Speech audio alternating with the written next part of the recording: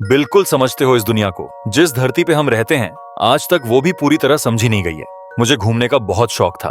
1 साल पहले मैं अमेज़न गया था। हमारी टीम एक खास डॉक्यूमेंट्री शूट करने गई थी, दूर जंगलों में कुछ अनदेखा एक्सप्लोर करने। लेकिन उसी ट्रिप ने मेरी जिंदगी बदल दी। मैंने जो देखा वो किसी ने कभी नहीं देखा होगा। मैं उसे ठीक से बयां भी नहीं कर सकता।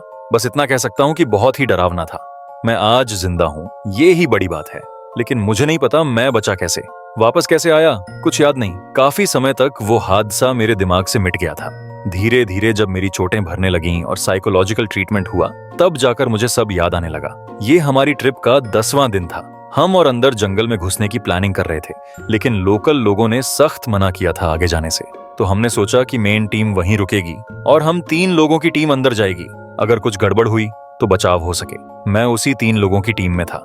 जैसे जैसे अंदर बढ़ते गए, माहौल किसी एडवेंचर फिल्म जैसा हो गया। चारों तरफ ऊंचे पेड़ और बड़े बड़े कीड़े। ऐसा लग रहा था जैसे टाइम ट्रैवल करके किसी प्राचीन युग में पहुंच गए हों।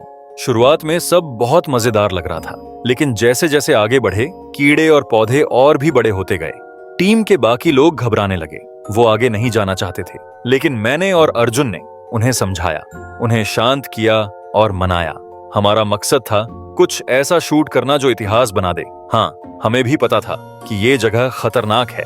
मुट्ठी जितने कीड़े और 20-30 फीट लंबा सांप रास्ता बनाते हुए हमें हाथों में चाकू लेकर पौधों को काटना पड़ रहा था। लेकिन जंगल इतना घना था कि नाक के आगे कुछ नहीं दिख रहा था। चलते चलते हम एक दलदल तक पहुंच गए। वहीं हमें एक विशाल मगरमच्छ दिखा। डर तो लगा, लेकिन उसके बाद एक्साइटमेंट आ गया।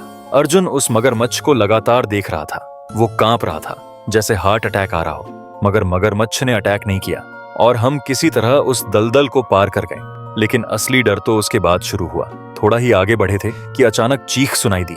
तभी एक पत्थर आकर मुझे लगा। मैं जमीन पर गिर पड़ा। मेरी बांह टूट चुकी थी, कैमरा भी टूट गया। मुझे बहुत तेज दर्द हो रहा था। फिर एक जानवर जैसी आवाज आई। मैंने कभी वैसी आवाज नहीं सुनी थी। सिर्फ आवाज सुनकर ही समझ आ गया था कि ये कुछ बहुत विशाल है। मैंने उस दिशा में देखा। अर्जुन कुछ शूट कर रहा था पागलों की तरह, लेकिन मेरी आंखें साफ नहीं देख पा रही थीं। सिर चकरा रहा था, लेकिन फिर साफ नजर आया। एक विशाल हरे रंग की प्रेइंग मैंटिस, कम से कम 2 से 3 मीटर ऊंची, 2 मंजिला इमारत जितनी बड़ी। आंखों पर यकीन नहीं हो रहा था। शायद उसी ने मुझ पर पत्थर फेंका था। अर्जुन गोलियां चला रहा था, लेकिन उस पर असर नहीं हुआ। उल्टा वो और भड़क गई। उसने अर्जुन पर हमला कर दिया और उसका सिर मेरे सामने उड़ गया। फिर वो मैंटिस मेरी तरफ देखने लगी। उसकी आंखें इंसान के सिर जितनी बड़ी थीं। उनमें मैं खुद को देख सकता था। उसने जोर से दहाड़ मारी। लगा अब मरे, लेकिन वो उड़ गई। मैं हिल भी नहीं पा रहा था। थोड़ी देर बाद किसी की हल्की सी आवाज आई, बचाओ। मैं समझ गया कि अर्जुन जिंदा है। मैंने खुद को संभाला और आवाज के पीछे गया। अर्जुन एक टूटे पेड़ के नीचे दबा हुआ था। पूरी जगह जैसे जंग का मैदान लग रही थी। वो आखिरी सांसें ले रहा था। मैं कुछ नहीं कर सका। मेरा हाथ टूटा हुआ था। उसने मेरी आंखों में देखा और फिर हमेशा के लिए सो गया। मैं रोते हुए वापस लौटने लगा। कहीं दूर से फिर वही डरावनी आवाज आई। जैसे तैसे चलता रहा। कुछ घंटे बाद मेन कैंप पहुंचा। सब दौड़े और मैं बेहोश हो गया। जब होश आया, वो पूरी याद दिमाग से मिट चुकी थी।